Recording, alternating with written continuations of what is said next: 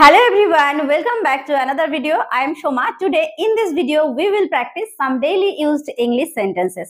আজকের ভিডিওতে আমরা বেশ কিছু রেগুলার লাইফে কথা বলার মতো ইংরেজি বাক্য শিখব এবং সেগুলো শিখব শুধুমাত্র একটা নিয়মের উপর ভিত্তি করে।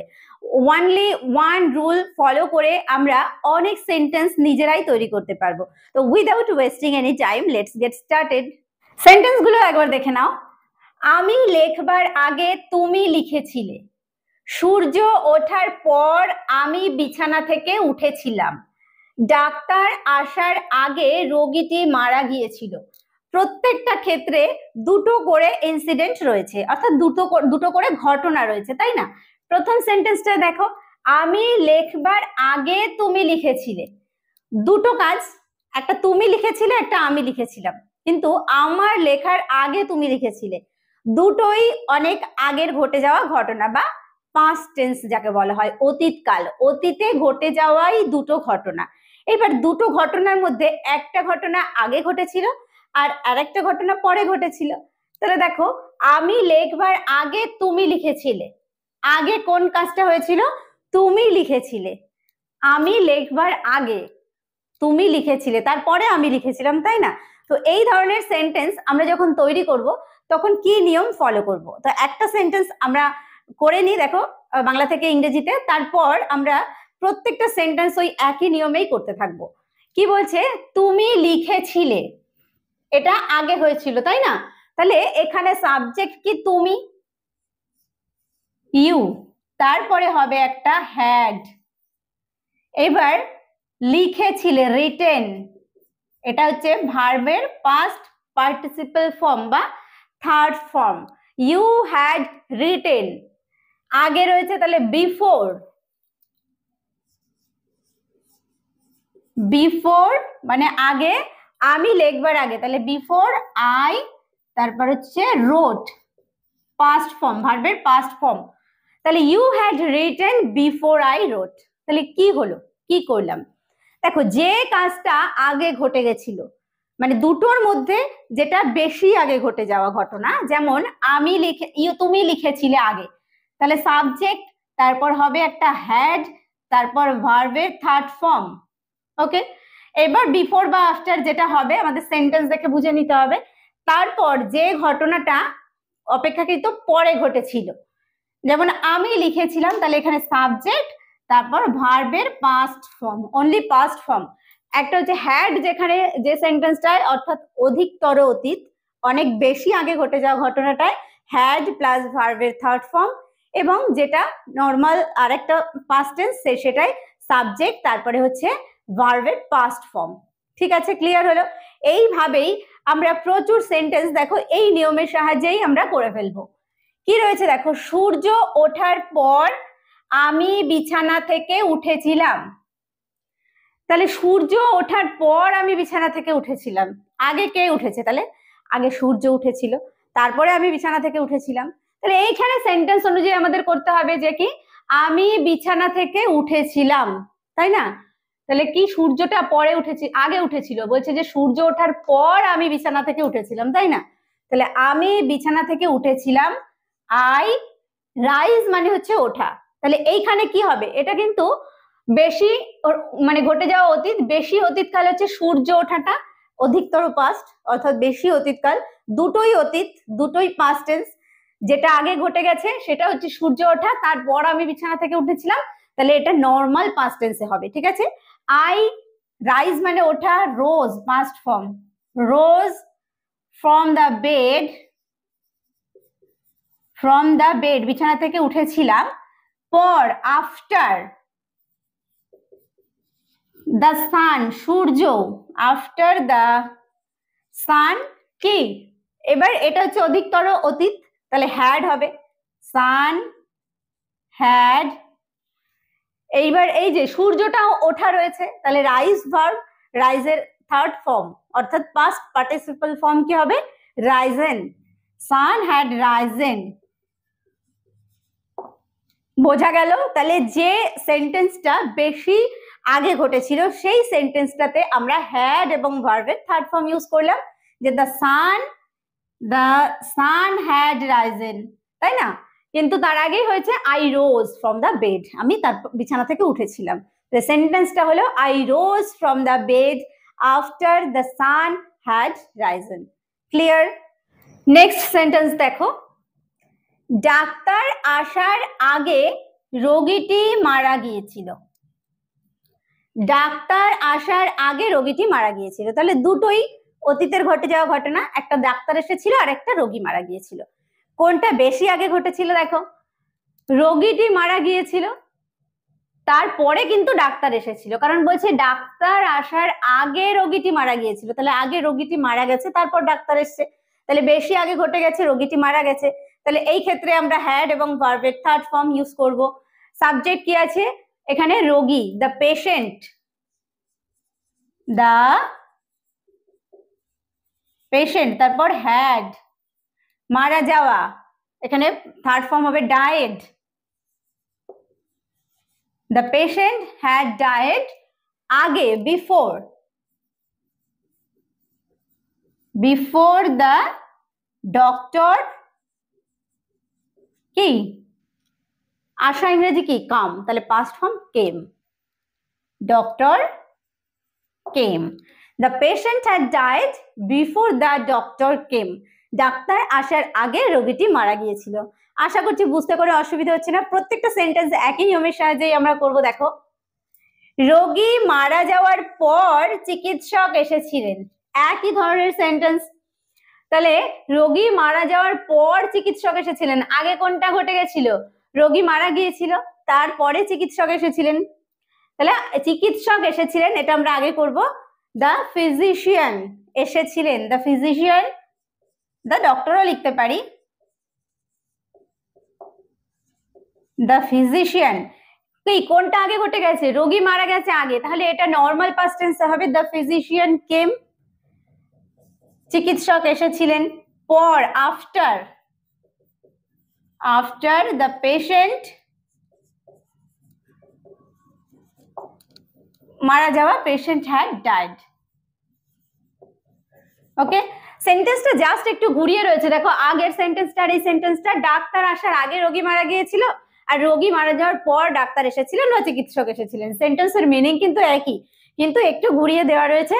তো সেই জন্য আমরা এখানে দেখো প্রত্যেকটা সেন্টেন্স যেটা বলছে যে রোগীটি মারা গিয়েছিল তারপরে কিন্তু ডাক্তার এসেছিল, আবার এখানে চিকিৎসক এসেছিল তার আগে রোগীটি মারা গিয়েছিল, এটাই হচ্ছে সেন্স।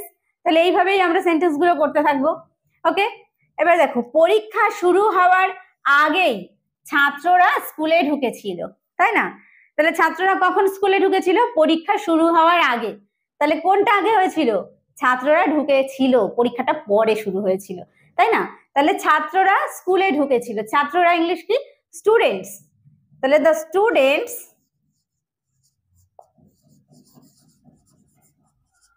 হ্যাড, যেহেতু এটা আগে ঘটেছিল, এন্টার্ড, এন্টার ঢুকেছিল, এন্টার্ড দ্য স্কুল, স্কুলে ঢুকেছিল কখন? বিফোর, আগে, বিফোর কিসের আগে? পরীক্ষা শুরু হওয়ার আগে, before the examination, examination started, normal past tense, before the examination started। কি হলো সেন্টেন্সটা? তাহলে the students had entered the school before the examination started, ছাত্ররা পরীক্ষা শুরু হওয়ার আগেই ছাত্ররা স্কুলে ঢুকেছিল। ঠিক আছে, আমরা এভাবেও বলতে পারি যে ছাত্ররা স্কুলে ঢুকেছিল পরীক্ষা শুরু হওয়ার আগে, এভাবেও বলতে পারি, কিন্তু সেন্টেন্সটা শুনতে ভালো লাগে এইভাবে যে পরীক্ষা শুরু হওয়ার আগেই ছাত্ররা স্কুলে ঢুকেছিল, জাস্ট এছাড়া কিছু না। ঠিক আছে, দেখো, এমএ পরীক্ষায় উত্তীর্ণ হবার পর তিনি বিয়ে করেন। তাহলে তিনি বিয়ে করেন আর এমএ পরীক্ষায় উত্তীর্ণ হন, দুটো ঘটনা। কোন ঘটনাটা আগে হয়েছিল?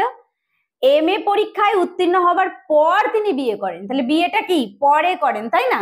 এমএ পরীক্ষায় উত্তীর্ণটা আগে হয়েছেন, তাহলে তিনি বিয়ে করেন, এটা নর্মাল পাস্ট টেন্সে আমরা করব। তাহলে হি ম্যারেড, হি ম্যারেড, তিনি বিয়ে করেন, আফটার, আফটার এখানে হি হবে সাবজেক্ট, এম এ পরীক্ষায় উত্তীর্ণ হওয়া, after he had passed, he had, যেহেতু আগে এম এ পরীক্ষায় উত্তীর্ণ হয়েছেন তাহলে এখানে এটা আমাদের হ্যাড দিয়ে করতে হবে। হি হ্যাড পাসড কি, passed the M A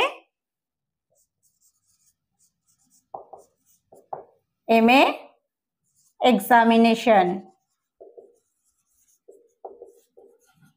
Okay, he married after he had passed the MA examination. তিনি কি এমএ পরীক্ষায় উত্তীর্ণ হবার পর তিনি বিয়ে করেন। নেক্সট সেন্টেন্স দেখো, আমার চিঠি পাওয়ার আগেই বাবা আমাকে টাকা পাঠিয়েছিলেন। দুটো ঘটনা হয়েছিল, আমার একটা চিঠি পাঠানো হয়েছিল বা আমার চিঠি যেটা বাবা পাবে সেই একটা ঘটনা, আর একটা বাবা আমাকে টাকা পাঠিয়েছিলেন। তাহলে কোন ঘটনাটা বেশি আগে ঘটেছিল? তাহলে আমার চিঠি পাওয়ার আগেই বাবা টাকা পাঠিয়ে দিয়েছিলেন, তাহলে আগে বাবা টাকাটা পাঠিয়েছিলেন, তারপর তিনি আমার চিঠিটা পেয়েছিলেন। তাহলে আগেই বাবা টাকা পাঠিয়েছিলেন, এটা হচ্ছে কি বেশি অতীতকাল। তাহলে এখানে আমরা হ্যাড ব্যবহার করব আর ভার্বের থার্ড ফর্ম ইউজ করবো, তাই তো? তাহলে দেখো, বাবা আমাকে টাকা পাঠিয়েছিলেন, father subject had, sent past participle form বা ভার্বের third form sent, father had sent me money, আমাকে টাকা পাঠিয়েছিলেন কি আগেই, বিফোর, আমার চিঠি পাবার আগেই, before he received my letter, before he received, তার past form received my letter, আমার চিঠি পাবার আগেই। তাহলে father had sent me money before he received my letter. Okay, clear? পরেরটা দেখো, ট্রেন ছাড়বার আগে আমরা স্টেশনে পৌঁছেছিলাম, ট্রেন ছাড়বার আগে আমরা স্টেশনে পৌঁছেছিলাম। দুটো ঘটনা, একটা হচ্ছে ট্রেন ছেড়ে দিয়েছিল আর একটা হচ্ছে আমরা স্টেশনে পৌঁছেছিলাম। তো দুটো ঘটনার মধ্যে আগে কোন ঘটনাটা ঘটেছিল? আমরা স্টেশনে পৌঁছেছিলাম। তাহলে এখানে আমরা স্টেশনে পৌঁছেছিলাম, উই হ্যাড, পৌঁছেছিলাম রিচড, ভার্বের third form, we had reached the station, আগে রয়েছে তাহলে বিফোর, ট্রেন ছাড়বার আগে, তাহলে before the train left, before the train left, we had reached the station before the train left, train ছাড়বার আগে আমরা স্টেশনে পৌঁছেছিলাম। ক্লিয়ার? তাহলে প্রত্যেকটা সেন্টেন্সে আমরা দুটো করে ঘটনা পেয়েছি, দুটো ঘটনার দুটোই কিন্তু অতীতকাল বা পাস্ট টেন্স, তাই না? দুটোর মধ্যে একটা হচ্ছে অধিকতর পাস্ট আর একটা হচ্ছে নর্মাল পাস্ট, তাই না? তাহলে এই ধরনের সেন্টেন্স গুলোকে টেন্সের ভাষায় কি বলা হয়?